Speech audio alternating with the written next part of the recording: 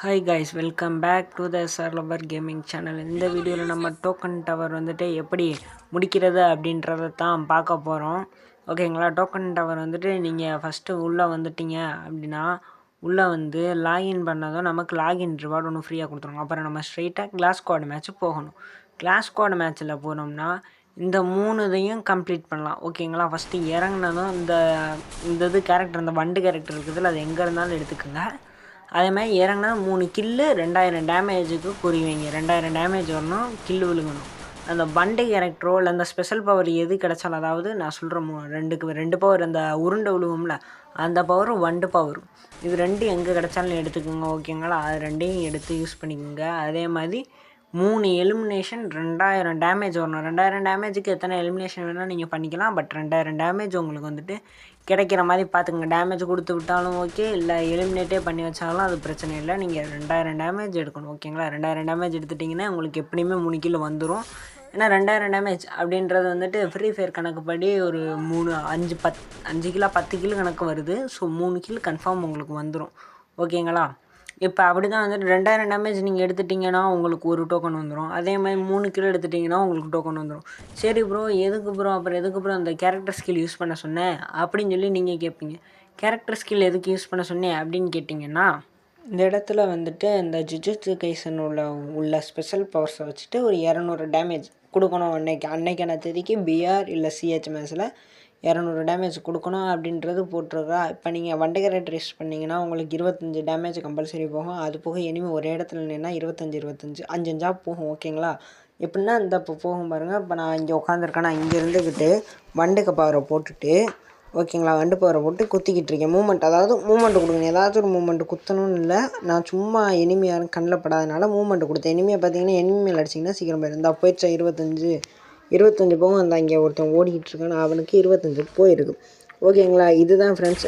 அப்போ இதில் ஒரு 25 கொடுத்தேன், இதில் ஒரு 25 கொடுத்தேன், டோட்டல் 50 ஆகிப்போச்சு. இது மாதிரி நீங்கள் 200 டேமேஜ் கொடுக்கணும். சரி ப்ரோ, அப்போ இன்ஃபினிட்டி வாய்டு இருக்குது ப்ரோ, அது போடலாம். அதாவது அந்த 1v1 மேட்ச் வரும்ல, அது போடலாமே ப்ரோ, அதை வச்சா கூட டேமேஜ் போகும் அப்படின்னு கேட்டிங்கன்னா, அதில் நீங்கள் ஒரு கில் எடுத்தால் டேமேஜ் போகும்னு கேட்பீங்க.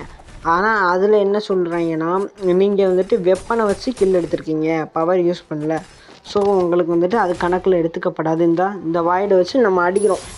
இப்போ பார்த்தீங்கன்னா இந்த வாய்டை வச்சு நான் அடிக்கிறேன்னா, இதுலேயும் பாருங்கள், அந்த சுத்தியல் வச்சு தான் கில் கன்ஃபார்ம் பண்ணுறேன். ஓகேங்களா? அப்படி பண்ணாலும் அந்த சுத்தியல் அப்படின்றது ஒரு நார்மல் கன், அந்த மாதிரி ஒரு வெப்பன் மாதிரி கன்சிடர் பண்ணிக்கப்படுது.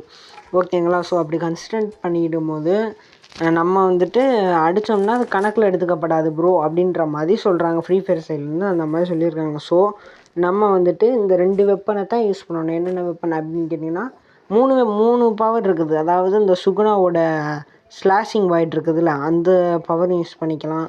அதே மாதிரி கோஜோவோட அந்த பால் மாதிரி வருதா, அதை யூஸ் பண்ணிக்கலாம். அதேமாதிரி இந்த வண்டு பவர் வந்துட்டு யாருதுன்னு கேட்டிங்கன்னா, எனக்கு சத்தியமாக தெரில. நான் ஜுஜுட்சு கைசன் பார்த்துருக்கேன், பட் இந்த வண்டு பவர் யாரும் யூஸ் பண்ண மாதிரி தெரில. ஸோ இந்த வண்டு பவர் இது வந்துட்டு நமக்கு வந்துட்டு ஆக்சஸபிலிட்டி, அதாவது நமக்கு வந்துட்டு ரொம்ப யூஸ்ஃபுல். மற்றதுனா எனிமி கிட்ட இருந்தால் தான் அடிக்க முடியுன்ற மாதிரி இருக்கும். இது நம்ம எனிமி பார்க்காத சமயத்தில், நமக்கு எனிமி தெரியாத சமயத்தில் கூட, சரி ஓகே எங்கேயோ பக்கத்தில் எங்கேயோ எனிமி இருக்கேன் அப்படின்றது மட்டும் உங்களுக்கு தெரிஞ்சிச்சுன்னா போதும். இப்போ சப்போஸ் அடிக்கிறீங்க, அவன் ஓடி போய் எங்கிட்ட ஒளிஞ்சிருக்கேன் அப்படின்றப்ப நீங்கள் என்ன பண்ணலாம், இந்த பவர் ஆன் பண்ணி விட்டு சும்மா ஓடிட்டு இருந்தீங்கன்னா கூட அவனை போய் அடிக்கும், நமக்கும் எனிமி இருக்கிறத காட்டி கொடுக்கும். ஸோ இது அந்த வகையிலையும் யூஸ்ஃபுல்லாக இருக்கும். அனதர் தென் இது வந்துட்டு மேக்ஸிமம் நம்ம யூஸ் பண்ணும் போது டேமேஜ் கொடுக்குறனால மிஷினும் கம்ப்ளீட் ஆகும். ஸோ இது வந்துட்டு நான் வந்துட்டு உங்களுக்கு யூஸ் பண்ணலாம்னு சொல்லி கன்சிடர் பண்ணுறேன்.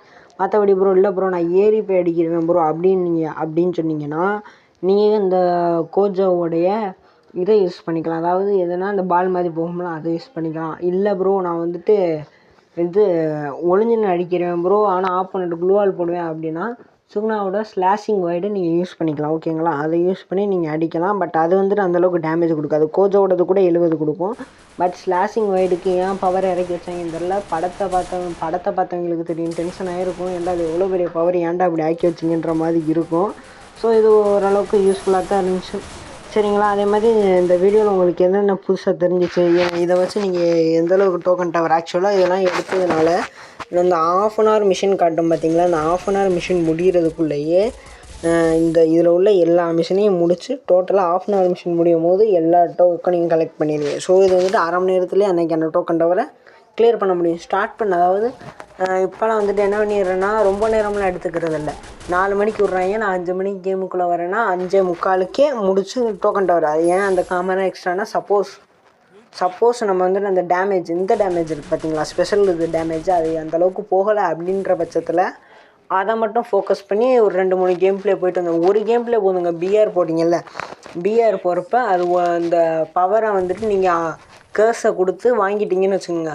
அதை நீங்கள் போகிற இன்ஃபினிட்டி வேணும். நீங்கள் உங்களுக்கு போகிற இடம் பூரா நீங்கள் போட்டுக்கிட்டே போகலாம். அதாவது எங்கன்னா நம்ம இப்போ பீக் இருக்குதுல்ல, அதாவது இப்போ ஹைஸ்கூல்னு பேர் மாற்றிட்டாங்க. அந்த பீக் சைடு போகும்போது போடலாம், ஃபேக்ட்ரி சைடு போகும்போது போடலாம், கிளாக்டோ சைடு போகும்போது போடலாம், அதேமாதிரி பொச்னாக்கில் போடலாம், பீமா சக்தியில் போடலாம். அந்த மாதிரி அதேமாதிரி லாஸ் ஜோனில் இது யூஸ் பண்ணிங்கன்னா உங்களுக்கு எனிமி எங்கே இருக்கேன்றது டக்குன்னு காட்டிக்கிட்டு இருக்கும். ஓகேங்களா? அது ரொம்ப இந்த வீடியோ உங்களுக்கு பிடிச்சிருந்தா லைக் பண்ணுங்கள், சப்ஸ்கிரைப் பண்ணுங்கள்.